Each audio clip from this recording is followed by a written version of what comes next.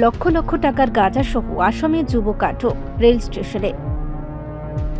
Agartala GRPS থানা এবং rail পুলিশের যৌথ উদ্যোগে শনিবার রাতে আগরতলা রেল স্টেশনের ১ নম্বর প্ল্যাটফর্ম থেকে লক্ষ লক্ষ টাকার গাঁজা সহ এক ব্যক্তিকে আটক করা হয়। জিআরপিএস থানার ওসি জানান, শনিবার রাতে রুটিন অভিযান চালানোর সময় এক ব্যক্তিকে দুটি ব্যাগ হাতে দেখে সন্দেহ হয় পুলিশের। তাকে জিজ্ঞাসাবাদ করে এবং তল্লাশি চালিয়ে তার কাছ থেকে 22,580 গ্রাম গাঁজা উদ্ধার করে পুলিশ। আটককৃত যুবকের নাম অভিজিৎ সিনহা, পিতা মৃত্যু গান্ধী সিনহা, বাড়ি আসামের করিমগঞ্জ জেলার পাথরকান্দির রাজারগাঁওয়ে। জানা গেছে, ত্রিপুরা থেকে অবৈধ পথে গাঁজা কিনে বহিরাজ্যে পাচারের জন্য নিয়ে যাচ্ছিল এই যুবক। পুলিশ জানান, উদ্ধারকৃত গাঁজার বাজার মূল্য 3 থেকে 4 লক্ষ টাকা। তার কাছ থেকে একটি মোবাইল ফোন, আধার কার্ড সহ দুটি ব্যাগ বাজেয়াপ্ত করেছে পুলিশ এবং এনডিপিএস আইনে জিআরপিএফ থানায় তার বিরুদ্ধে মামলা নিয়েছে পুলিশ। আজ সন্ধ্যাবেলায় আমাদের আগরতলা জিআরপিএস থানার অফিসার এবং স্টাফ এবং পার্শ্ববর্তী আরপিএফ থানার অফিসার এবং স্টাফ মিলে রুটিন চেকআপে বেরোয়।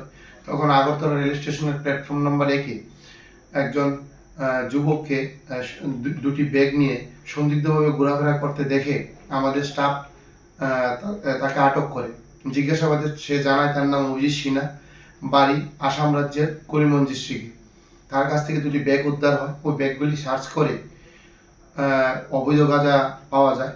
সর্বমোট ওজন করে দেখা যায় সর্বমোট 22 কেজি 580 গ্রাম গাঁজা আছে তার কাছে।